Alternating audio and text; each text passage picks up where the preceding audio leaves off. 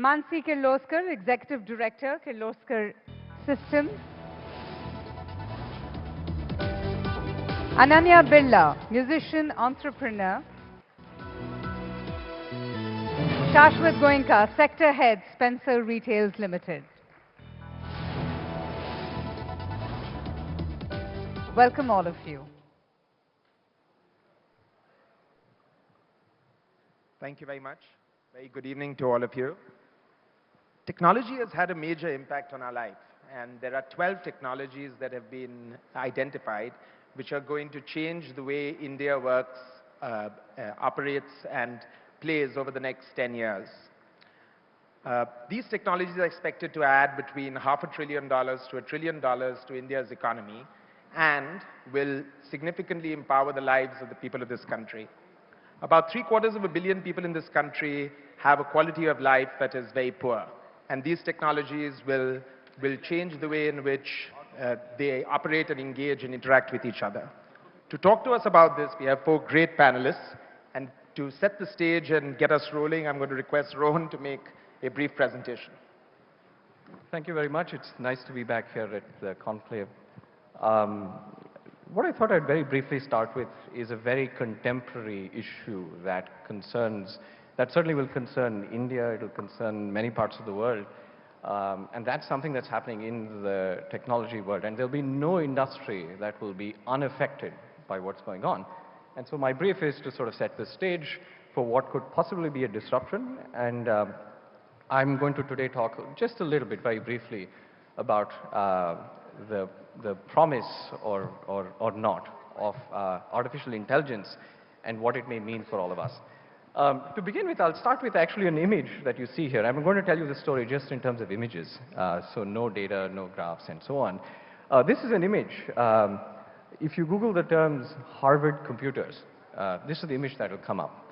The word computer used to be a job title well before it meant that it was a machine. It turns out these were 18 women at the turn of the 20th century who were hired in the role their job title was to be a computer. They collected data and then they processed data, and essentially they're doing the job of a computer. There were no machines back then. In fact, to sort of talk a little bit more about this is an ad from the New York Times in 1892. Wanted a computer for hire, must pass the civil services examination, and so on and so forth. Think how much life has changed in the last 100 years. From being an entirely human-driven effort, from being a job title that people were hired for, to today, we're doing extraordinary things with software and with machines, with AI, with automation. This is an example of the largest telescope in California that is completely automated and run by an AI system. There's an artificial intelligence machine that makes discoveries of the night sky by itself. And for a moment, if you just pause and think about what this means, I'd argue one of the oldest activities of mankind has been to look up at the night sky and wonder about our place in the universe. And if a machine were to be doing that today instead of a human, that means that we truly have reached a pretty remarkable place, right? Well, not just that. Here are some fantastic haikus created entirely by an artificial intelligence machine, which basically took all the headlines of the New York Times, put it together, jumbled up words, and said, these lines make sense. And there have been lots of tests to show that humans can't tell the difference between a machine-generated and man-generated haikus. And not just that, you can extend it to other areas of creativity as well. This is a piece of art that was recently auctioned and sold, entirely computer-generated, entirely done by an artificial intelligence machine. You know, for a long time, we humans have felt that creativity is in the realm of man, you know, of our hands, and you need people for creativity. But it looks like machines are beginning to perhaps encroach in some of these territories. In fact, more recently, there are friends and colleagues of mine back in Boston have been sort of building some breakthrough technology. And let me just tell you a little bit about this. Here's an example where 1,000 people's worth of effort that, let's say, Accenture or Infosys or anybody in the Indian industry does, the same effort in a span of 12 months was done just by 9 people. thanks to artificial intelligence.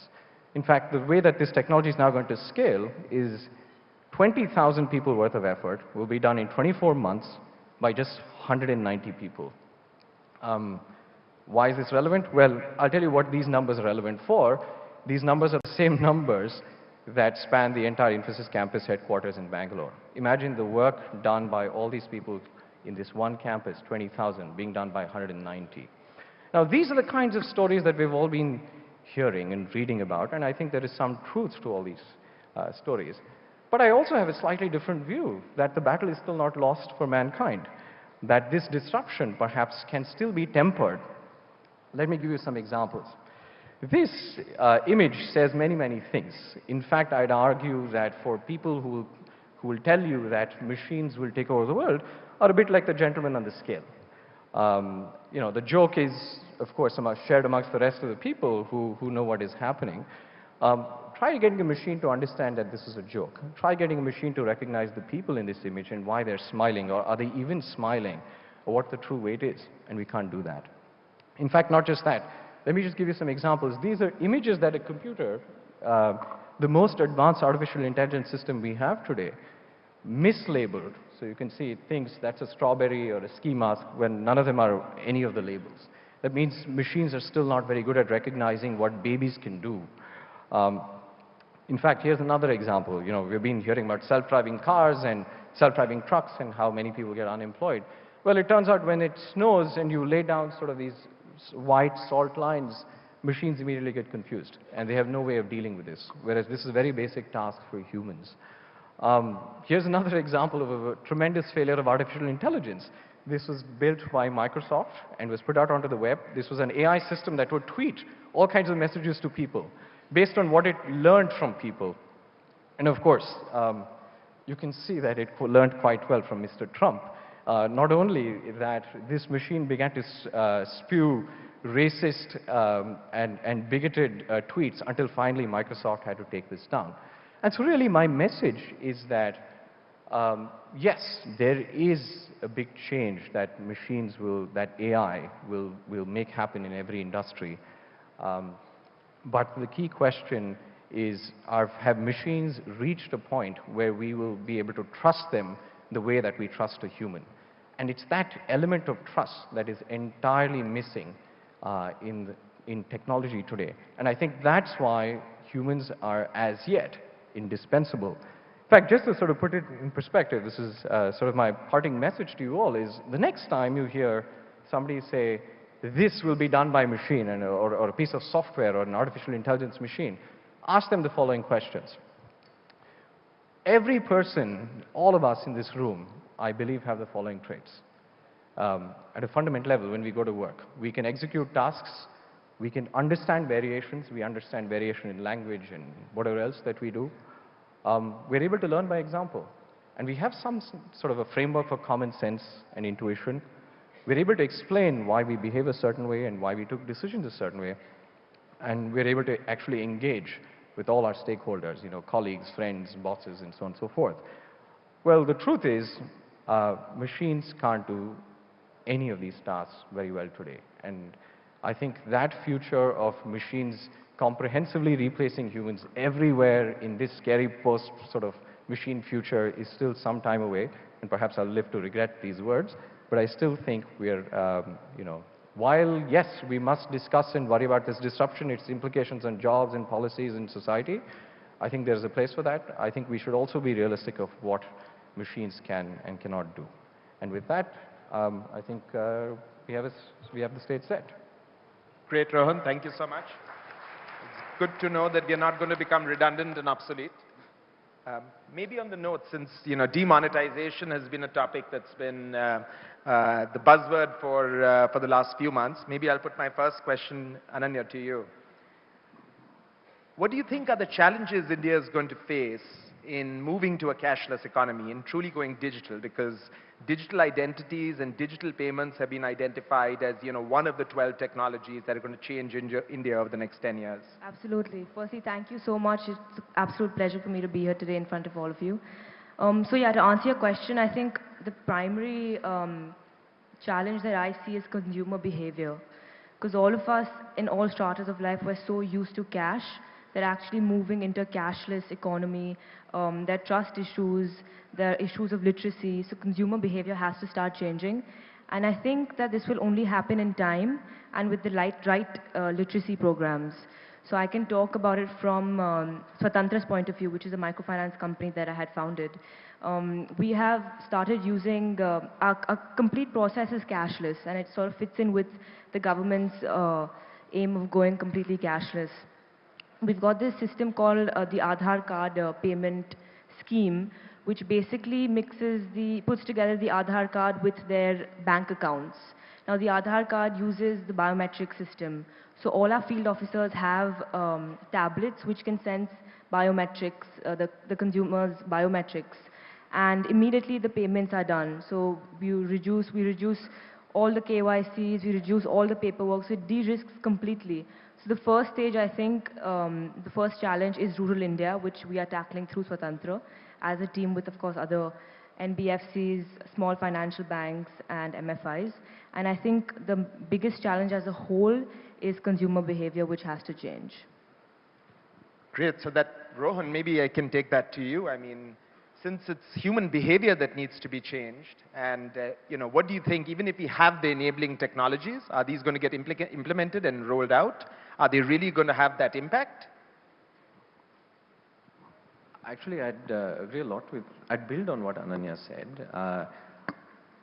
I'm bred to believe in the superiority of silicon over carbon, but in my limited opinion, I think there is too much euphoria of what digital will do and digital payments and so on.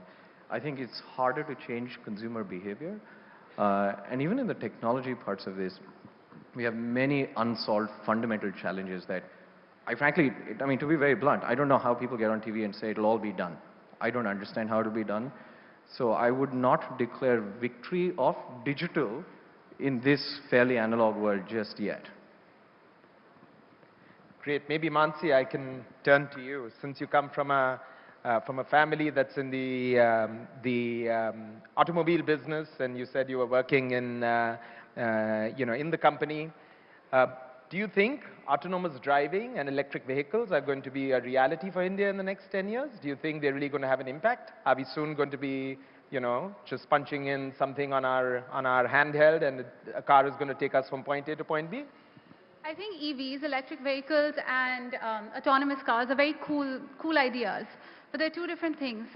India still use 70% of the electricity that's generated in India still sources from coal-fired power plants, and that produces emissions which we all know are very, very harmful for the environment. So I don't see electric cars being a reality, being something that is eco-friendly, because the cars themselves don't produce emissions, but if you look at it from source to use, it does produce a lot of emissions that are very harmful to the environment. In fact, they produce more emissions than any of the BS6 vehicles. A Camry hybrid produces 1/10 of the emissions of any BS6 vehicle.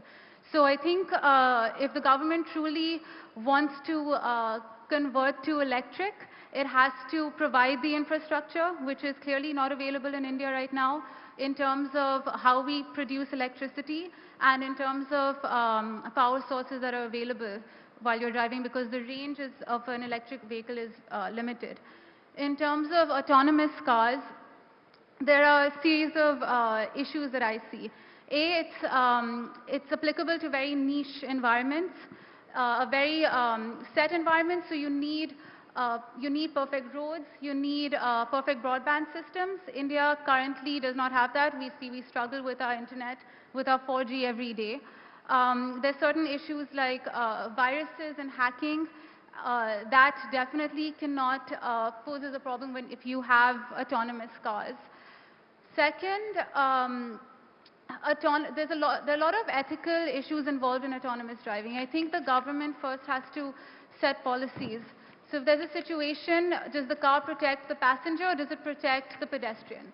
Which of the pedestrians does it protect? If there's an accident, who is responsible and accountable for it? So there are a lot of things to think about, and although it's a fun concept, I think we have a long way to go in India at least. Rohan, I'm going to come back to you on the autonomous driving, but before that I want to go to Shashwat. And I'm going to ask you a cliched question, but since you come from you're running a retail business, and because, a few days ago I was in the gym working out, I needed to, buy a heart rate monitor. I just went into, my app, hit it, by the evening it was delivered home. What impact do you think e-commerce, in the near to medium term is going to have on brick and mortar retail? Okay. First of all, thank you so much for having me here. It is indeed an honor. So to your question, I think e-commerce is the inevitable future. I think as consumers, we are becoming less patient with what we want, when we want it, and where we want it. And I think the easiest way to solve that is through e-commerce. However, I think being Indians, our purchase psychology is so deep-rooted into this whole sense of touch and feel that I think brick and mortar cannot be done away with. And I think so for the immediate future, definitely e-commerce and brick and mortar will coexist. So it goes back to the human aspect of, it. So Rohan, maybe on the artificial intelligence side, you talked about AI, machine learning. Firstly, and before I come back to autonomous driving, what's the impact of that on the IT sector? Are we going to have, all our software programmers in BPO, all the young people we have in BPOs getting obsoleted? Is it all going to be a machine out there that's going to do all of this with language recognition, with all the great technologies that are out there? No, I think there will be a fair subset in the IT industry that will be impacted. But having said that, I still think there is tremendous opportunity out in the external world for which there will be no machine that, at least for the next 20 years, will come close to doing anything about. For which you need genuine human effort, for which you need people to know how to write programs, how to architect systems, and so on. I think that will stay. But I think there is a certain class of activities, just as, I mean, Manasi, you can tell me, are there volumes of welders in your factory? Perhaps not. A lot of these things are done by machines, right? Similarly, yeah. So I think there will be some such transition. Maybe Manasi, this one to you. Almost half of India's population, lacks a basic standard of living. Which technologies do you believe in the next 10 years, will create a disruptive change, will drive a transformation?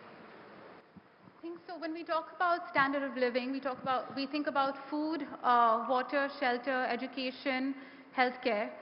And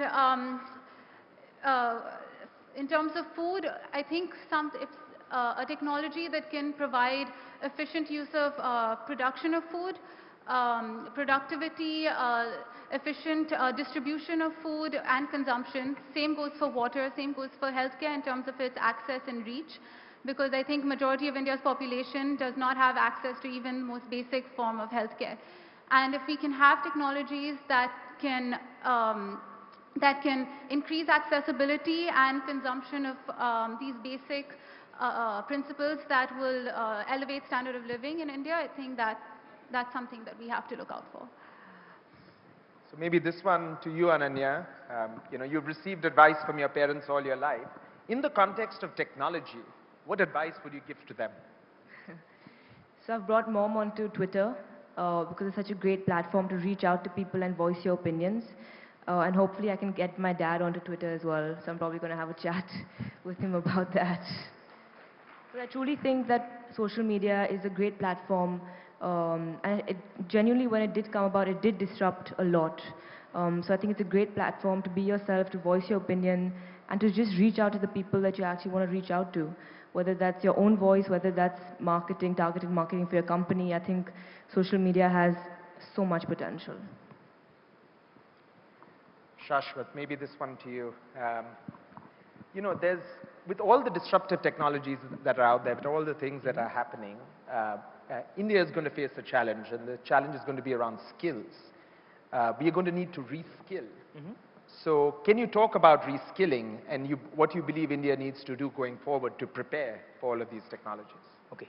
So absolutely, I think while the world's population is aging, I think we are at a strategic advantage in terms of having the world's youngest population.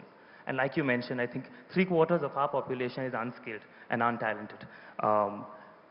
So I think definitely reskilling is something that we will require, and I think to that end, the government has started the Skill India initiative, which I think is a great initiative to meet that requirement.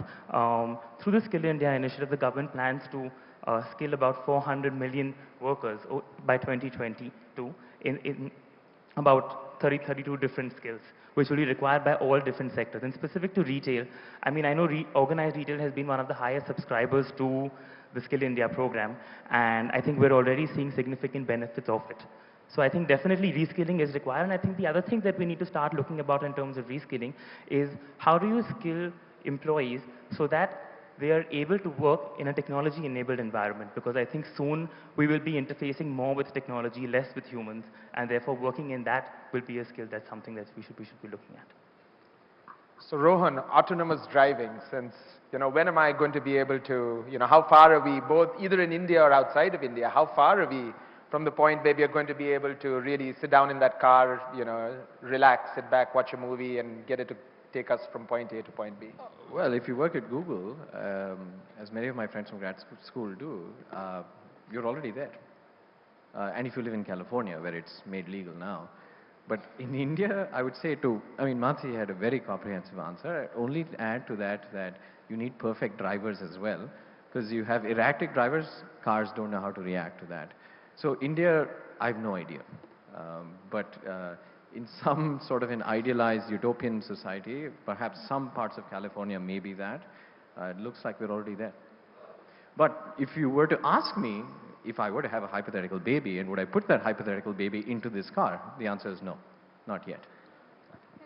Just to add to that, I think it only works anywhere, not just India, if every single car on the road is self-driven, and if systems are created specifically for self-driven cars, because they react to each other. So and basically not to you're saying take humans out of the equation. Exactly. I think that's the only way that it would work. So Ananya, so what's your vision?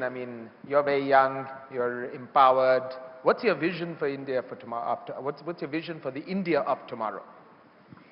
Wow, that's very, there's so much. I think Digital India is a huge one. I think there needs to be connectivity in all parts of India.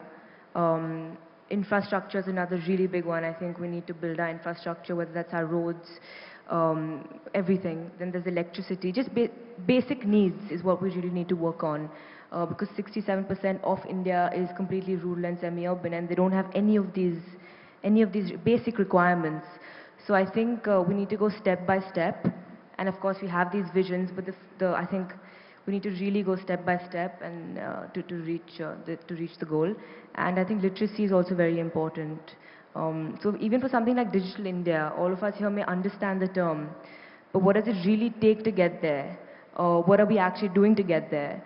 So I think there's a lot of learning that we have to do as well to understand what it actually takes to reach that Digital India, which of course is a great vision. So I think we have to understand exactly what's going on and then take action with small steps. Great.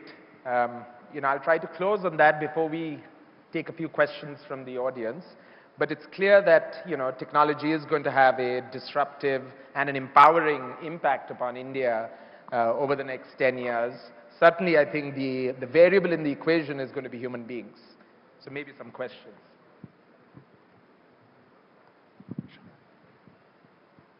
I think, sorry, one more quick thing I would like to say to add to that answer is to eventually reach a platform, and I don't know when that's going to happen, where technology and human beings can sort of optimize each other, so that there's not unemployment that happens because of excess technology, but the efficiency does not decrease because there's too much manpower, not enough technology.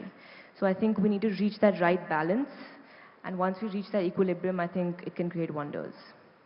Lovely. Great. Ratul, thank you so much. We've completely run out of time. I think maybe we can take the questions after the session. But before we end, Ananya, I loved your song, Living the Life. It's absolutely fantastic. No, it is, and it's a great talent to be a musician and an entrepreneur at the same time. Kudos for that. Would you like to sing a few lines for us? I think that would be fantastic. Living the life, why not? That's the motto, isn't it? Putting me on the spot. Do you know the lyrics by any chance? Do you want to sing it with me? Oh, me? Yeah. I would be launching my single debut. No, please, all yours. Just a few lines. It would be wonderful. A verse or two. Sorry? A verse or two.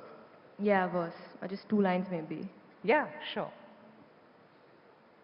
Fool me once, fool me twice. You ain't gonna get a third time, no, no.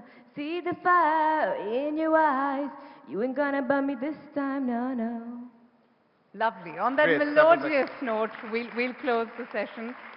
Thank you, Rohan, Ananya, Manasi, and Shashwat. Thank you, Ratul, so much. I would like to invite on stage Mr. Sharad Gupta, who is the group head for escorts, to kindly come on stage and to felicitate our very talented and promising speakers.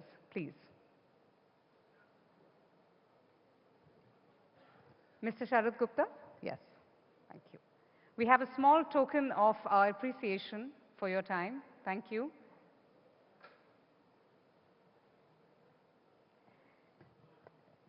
Ladies and gentlemen, let's hear it once again for Rohan Murty, Ananya, Birla, Manasi, Kirloskar, and Shashwat Goenka. Thank you so much. Thank you, Ratul Puri. Thanks so much.